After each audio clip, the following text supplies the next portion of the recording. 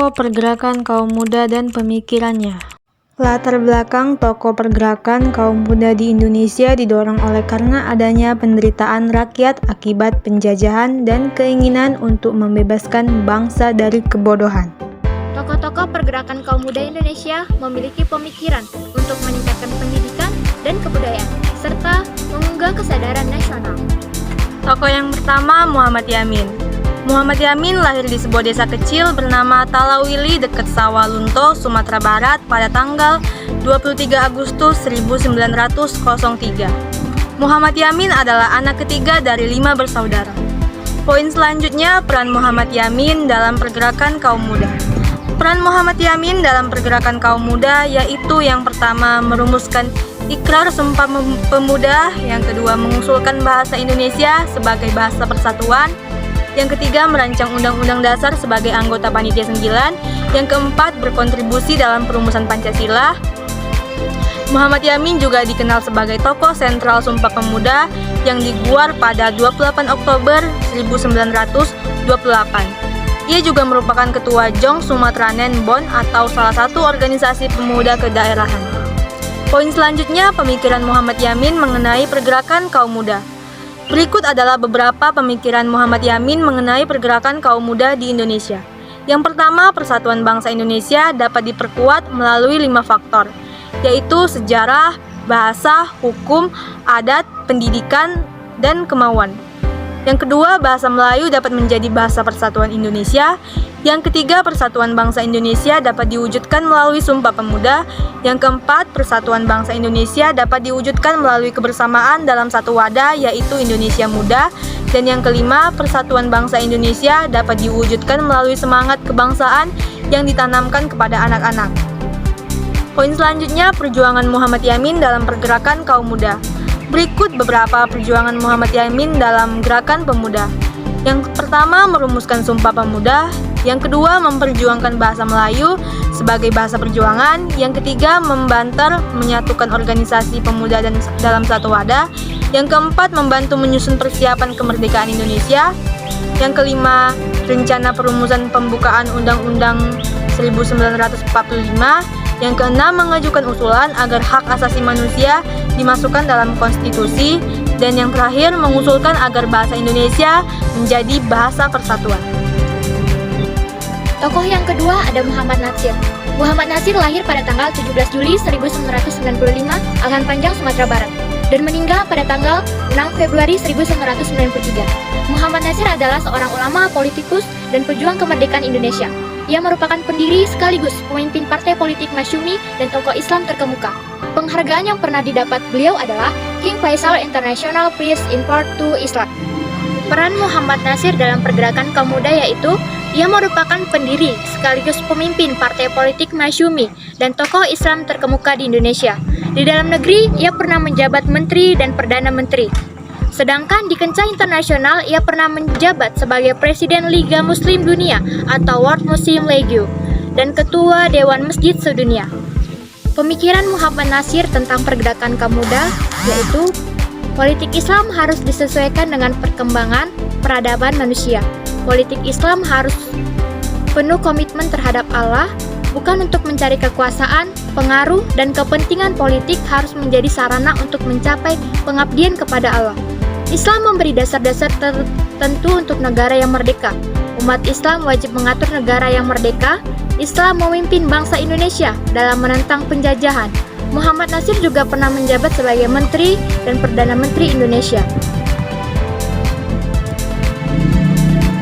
Perjuangan Muhammad Natsir dalam pergerakan kaum muda yaitu diantaranya mendirikan lembaga pendidikan yang sesuai dengan ajaran Islam, mengajukan mosi integral Natsir untuk menyatukan kembali sistem pemerintah Indonesia, menandatangani petisi 50 untuk mengkritisi kebijakan pemerintah Orde Baru, bergabung dengan PRRI untuk mencegah pembentukan negara, dan menolak keterlibatan PKI dalam kabinet. Selain itu, Natsir juga memiliki perjuangan lain seperti menjadi anggota Komite Nasional Indonesia Pusat, menjadi Perdana Menteri Indonesia, mendirikan surat kabar pembela Islam, menulis artikel untuk majalah Algemen Indeske Degibel, bertukar pikiran dengan pemikir Islam lainnya tentang hubungan Islam dan negara.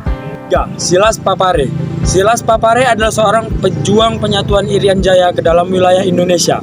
Ia adalah seorang pahlawan nasional Indonesia. Lahir pada tanggal 18 Desember 1918 di Serui dan meninggal pada 7 Maret 1978 di Serui. Peran Silas Papare dalam pergerakan kaum muda antara lain mengajak pemuda Papua untuk bergabung dengan Batalion Papua mendirikan Partai Kemerdekaan Indonesia Irian atau PKII. Pemikiran Silas Papare dalam pergerakan kaum muda antara lain mendirikan Badan Perjuangan Irian di Yogyakarta pada tahun 1949, menjadi delegasi ke New York dalam perundingan antara Indonesia dan Belanda untuk pembebasan Irian Barat. Berusaha keras menyuarakan keinginan rakyat Irian Barat bergabung dengan Indonesia. Poin berikutnya, perjuangan Silas Papare dalam pergerakan kaum muda di Indonesia. Berikut ini adalah bentuk-bentuk perjuangan Silas Papare dalam pergerakan kaum muda, yaitu 1. Mengajak para pemuda Papua untuk bergabung dengan Batalion Papua mendirikan Partai Kemerdekaan Indonesia Irian atau PKII. 2. Mendirikan Badan Perjuangan Irian di Yogyakarta pada tahun 1949, menjadi salah satu delegasi ke New York dalam perundingan antara Indonesia dan Belanda. 3. Mengajukan mosi kepada pemerintah Republik Indonesia, Parlemen Negara Indonesia Timur, dan pemerintah Belanda menjadi wakil rakyat Papua dalam perundingan-perundingan resmi RI Belanda. Perjuangan Silas Papare membuahkan hasil, yaitu Irian Barat resmi menjadi bagian dari Republik Indonesia pada 1 Mei 1963. Atas jasa-jasanya, pemerintah Indonesia menganugerahkan gelar pahlawan nasional kepada Silas Papare pada tanggal 14 September 1993. 4. Maria Walanda Maramis atau disebut Maria Joseph Ketrik Maramis, yang lebih dikenal sebagai Maria Walanda Maramis, adalah seorang pahlawan nasional Indonesia karena usahanya untuk mengembangkan keadaan wanita di Indonesia pada pemula. Lahir pada 1 Desember 1972, Kecamatan Kema. Meninggal 22 April 1924, Maumbumi. Peran Maria Walanda Maramis antara lain mendirikan organisasi percintaan ibu kepada anak turunannya atau PIKAT pada tahun 1917. PIKAT mengajarkan keterampilan memasak, menjahit, mengasuh bayi, dan kerajinan tangan. Mendirikan sekolah rumah tangga untuk gadis-gadis bernama Hoin School PIKAT di Manado pada tahun 1918. Memperjuangkan hak pilihannya perempuan dalam Badan Perwakilan Minahasa pada tahun 1921. Menulis ide-ide pemikirannya melalui surat kabar Raja Siang. Mengaungkan kesetaraan laki-laki perempuan dalam politik. Maria Walanda Maramis mendapatkan gelar pahlawan pergerakan nasional dari pemerintah Indonesia pada tanggal 20 Mei 1969. Pemikiran Maria Walanda Maramis tentang perempuan, diantaranya perempuan adalah tiang keluarga dan masa depan anak tergantung pada mereka. Perempuan memiliki kemampuan yang sama untuk menuntut ilmu seperti laki-laki. Perempuan harus memiliki hak yang sama dengan laki-laki, termaksud hak memilih dan duduk dalam keanggotaan dewan kota atau Volkskraft. Pendidik pentingnya bagi perempuan, kesetaraan gender untuk harus mewujudkan dalam masyarakat. Maria Walanda Maramis juga mendirikan organisasi percintaan ibu kepada anak temurunnya atau PIKAT pada tahun 1917. Organisasi ini bertujuan untuk mendidik perempuan yang sudah tamat sekolah. Perjuangan Maria Walanda Maramis diantaranya mendirikan organisasi percintaan ibu kepada anak turunannya PIKAT pada tahun 1917 di Manado. PIKAT merupakan organisasi perempuan pertama di Minahasa.